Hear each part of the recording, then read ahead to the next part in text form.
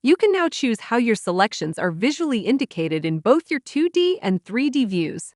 To modify these, go to the File menu and open the Control panel. Select the Views tab.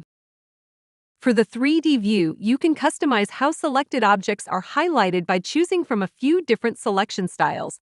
First, there's Outline. This option displays a colored outline that matches your current selection mode and follows the shape of the object or group you selected.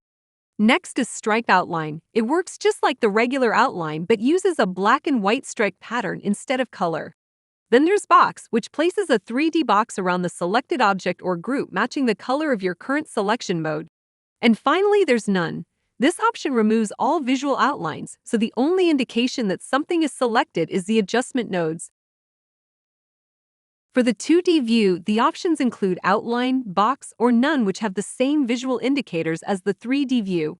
Choose your preferred styles for 2D and 3D so they're automatically applied every time.